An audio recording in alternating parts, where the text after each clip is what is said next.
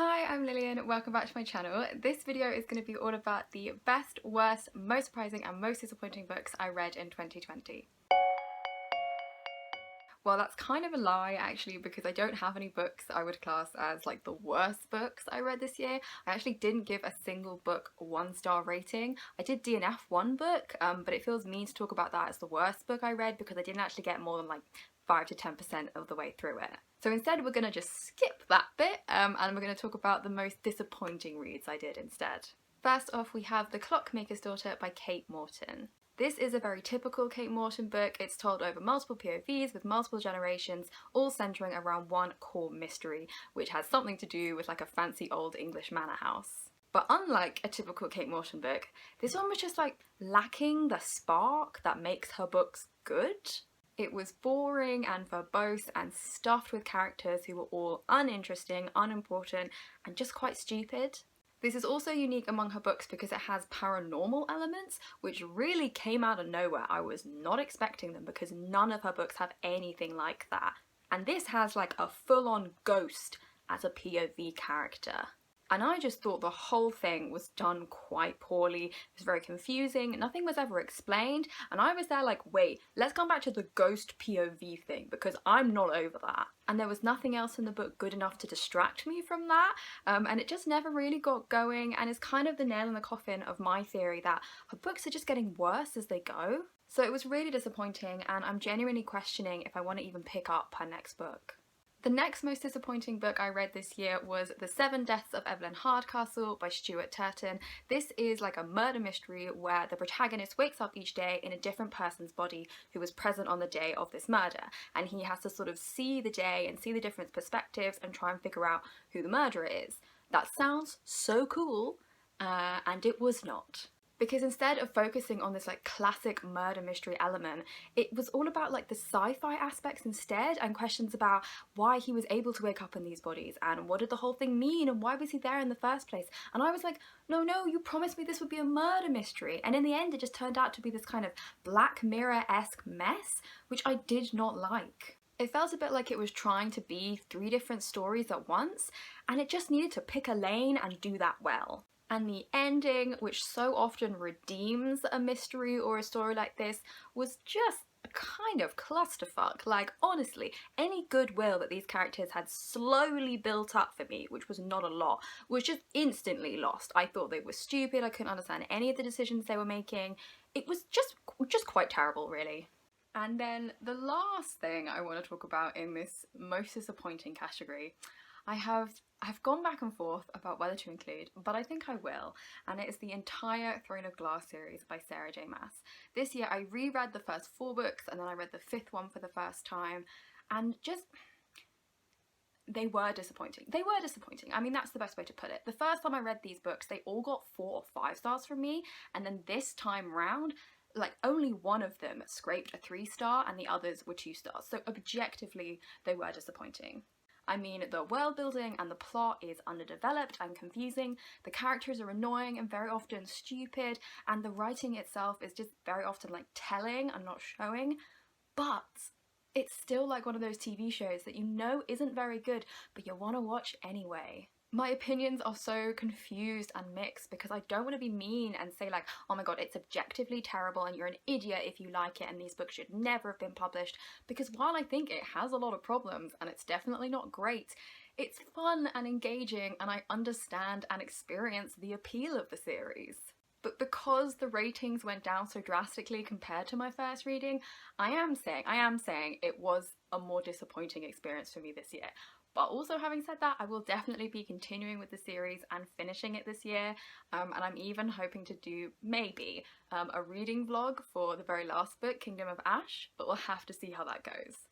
Okay, so negative stuff over and done with. Now we're going to move on to my most surprising book of the year, and this one is definitely Convenience Store Women by Sayaka Murata. This centres around Keiko, who is a Japanese woman in her 30s who works in a convenience store, and she's very happy with her life. She likes the store, she likes her job, she likes the set prescribed way she interacts with customers, and she would consider herself a very fulfilled person.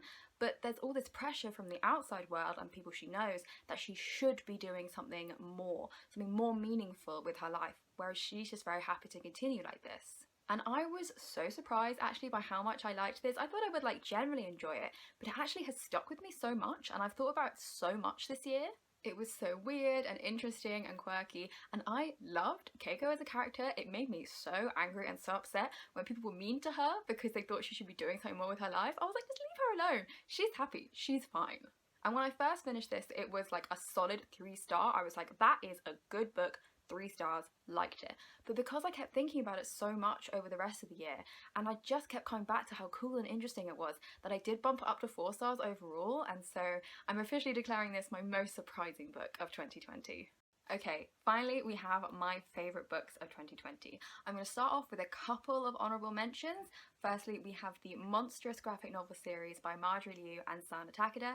This year I read the 4th volume for the first time and reread a couple of the earlier ones, and it has just absolutely cemented itself as probably my favourite graphic novel series of all time.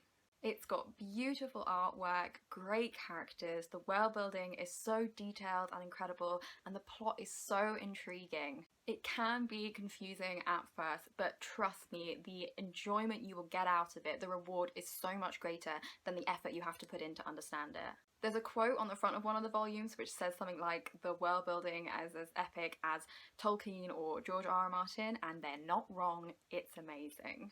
And the series just gets better and better as it goes. I have volume 5 up on my shelf right now and I'm so excited to continue with the series. It's fantastic.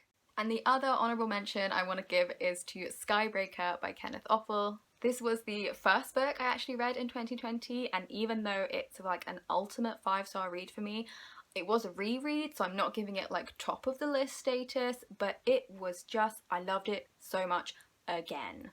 This is an adventure story set in like a historical version of our world where they have these big skyships, which I picture kind of like zeppelins, and our hero is trying to find one of these lost, kind of like a ghost ship, which is supposedly filled with untold riches. And so the story follows him and the crew he travels with, and it's so incredibly exciting. There's pirates and weird creatures, and the whole thing is just very nearly perfect. I read the first chapter and had to stop and think, oh my goodness, this is the perfect first chapter of a book if there ever has been one. And then I read the second chapter and was like, oh my goodness, this is the perfect second chapter. And so on and so forth until I was too busy in the story, loving every second, that I forgot to stop and realise how much I loved it until the end when I realised, oh my goodness, I do really, really love this book. And it is one of my favourite books of all time. I actually didn't give many books a 5-star rating in 2020, so this top 3 I have to talk about kind of compiled themselves pretty easily. And the first one I have to talk about is Circe by Madeline Miller. Yup, the book that's been all over BookTube and Bookstagram for years. I finally read it and I loved it just as much as everyone told me I would. This is a Greek mythology retelling of the character of Circe, who's seen as this kind of like evil, wicked, witch, nymph kind of character, and who I only knew from the brief appearance she makes in the Odyssey story. But in this book, the author gives her a brand new perspective and understanding of who she is as a character, and it was so incredible. The writing is so beautiful that I actually stopped reading to take photos of the page because the quotes were so amazing, and I do not do that with many books.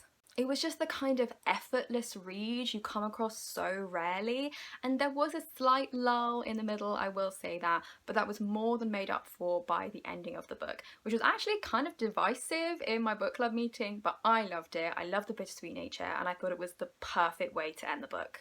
And next we have Heimat, a German family album by Nora Krug. This is an examination of the German author's family history, as well as balancing that with the history of Germany as a whole.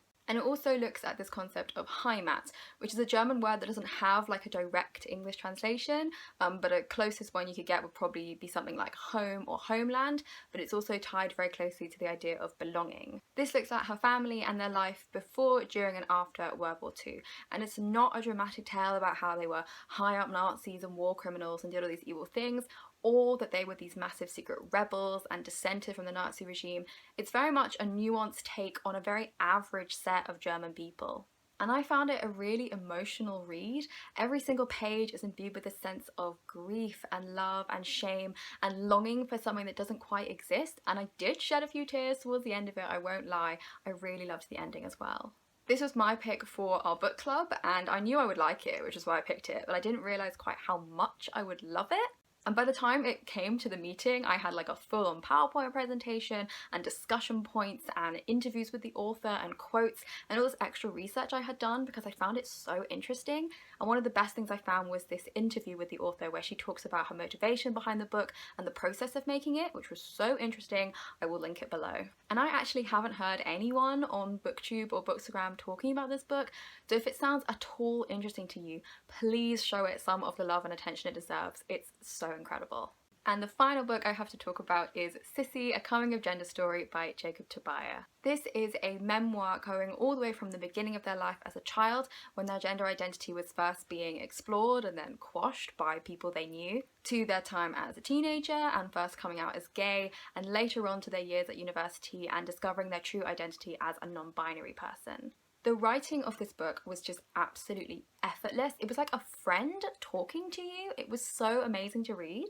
And I knew they were already really funny because I followed them on Instagram and that's how I found out they'd written a book, and I was so right. This book is absolutely amazing. And as well as being funny and making me laugh, it did make me cry. It was very emotional at points, and it also kind of made me want to be more open and brave in my life as well, which isn't really what it was setting out to do, but I just took so much away from this book. I absolutely adored it. It's one of the best things I've read in years.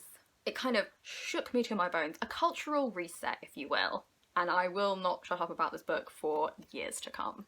So those are all the books I wanted to talk about. I hope you also had a really good time reading in 2020 and hopefully also discovered some all-time favourites. My next video is going to be on my 2021 bookish goals, so I will see you then. Bye!